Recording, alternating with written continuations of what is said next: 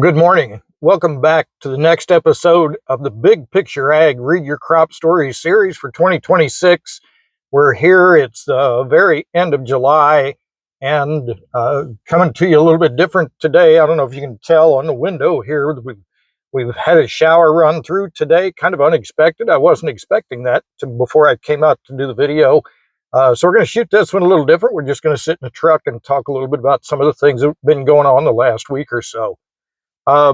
So I've been in quite a few fields the last day or two, and corn is coming along. You can see I've got a few ears here that I'll show you, just getting out and taking a look at different conditions in the fields. So these are some ears. These actually came from yesterday. You can see, I mean, a lot of them pretty well filled. Some of them maybe a little short, but still got kernels on that cob. Corn is moving along. A lot of it is still about 30 to 50% milk line. So we do still have some time for this crop to be impacted. Was in another field this morning taking a look at some things, and these are some ears from there. You can see this one, that's, well, he started out as an 18 and he actually necked down to 16 here, but he's still 42 long. So that's a good ear, and that ear's got some weight in it already. And obviously it's still got time to go.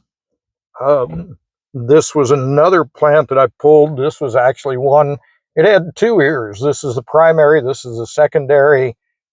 This one's only about 14 around, but it is 44 long. And then this little guy is kind of a bonus ear, so the two together are going to add up. You know, in the fields I've been in the last couple of days, I've seen some of those situations where we got a second ear that's actually surviving. So as we get later in the season, I'm going to do some comparing and see the total amount of grain produced on each of those different plants. Which one is actually giving us the most grain? Are we giving up enough on the first ear by having a second that it's costing us, or which one actually puts the most grain in the grain tank? So stick around and touch base with me after the season. We're going to talk about those kinds of things then. As we move into what things we're seeing in the field as well, we've had some heat across a lot of the areas. Looking at the GDD chart, it's going to be really interesting this year to do some comparisons, because we've had a lot of nighttime lows that seem to be in that 70 to 75 range. Normally we think of that as being detrimental to the crop. Highs for spurts, we've been in the mid to upper 90s. And, you know, those are conditions typically we think of putting stress on our crop, and they certainly can. But what I've noticed is it seems like we'll get about 4 days of high temps, and then we get a few days of a little bit of reprieve where that plant gets a chance to breathe at night. So it's going to be interesting to watch, and you should watch your crops too on the ears, especially if you've got something that seems to be tipped back. Was it just that those kernels never pollinated, or did they pollinate and then we aborted them? Certainly high temps, especially nighttime temps, we can cause that ear to pull back a little bit. So get in your fields, take a look at that. As I've looked at kernel counts so far in my area and a little bit of travel I've done, it's looking pretty good. The kernel counts are solid this year. I've not been in anything where the heat seems to have tipped us back too much at pollination or immediately after pollination. But probably the thing that's starting to concern me is rains have been very spotty, and that's showing up the more fields you get into. You can travel just a couple of miles and you can be in one field that seems to have really good moisture. They caught some rain, things are looking good. You can go a couple miles down the road and step into another field, and that moisture level is not the same in that soil. And some of the crops are starting to show some stress. A lot of the fields I've been in thus far recently, we're getting, you know, a big thing for me is kneel down, squat down, do something to get into the lower part of that canopy and take a look. That's where your plant's going to show stress. And some of these plants are certainly starting to show some stress in that lower portion. We're losing those lower leaves. I was going to try to get some photos to share with you today, but that's not going to happen with the rain and everything being all wet.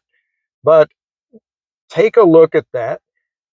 And there's a couple of things to keep in mind. If you're seeing stress in your plant, obviously the big concern, we're in a major part of grain fill. If we may have the kernel count on these ears, and at this point we probably won't lose a whole lot more. Where it's going to cost us is in kernel weight, and that's going to be big.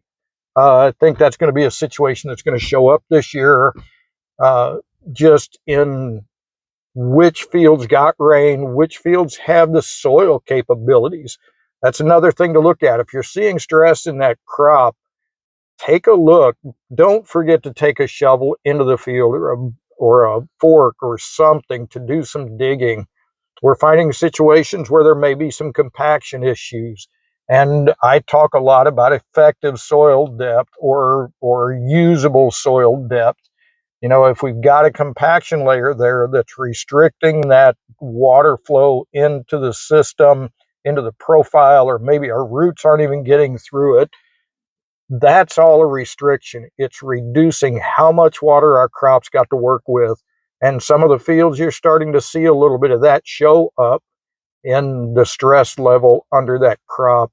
So as we get toward fall, well, first off, get out in your field right now. It's a great time to get an idea. You still need to be looking for some disease, although right now most of it seems pretty low. Uh, Take a look at that. We have seen a minor incidence of some disease. You have to gauge then with where's the maturity of my crop. If we're only 2 or 3 weeks from black layer, is there the potential for that disease to cost us a ton? Maybe not, but every field is going to have different variability. But getting in that field today, looking at the stress on the plant, this series is called Read Your Crop Story. That's because these plants are telling you the story of what's going on in their world. And if they're showing stress at the bottom, it's potentially going to cost us a little bit.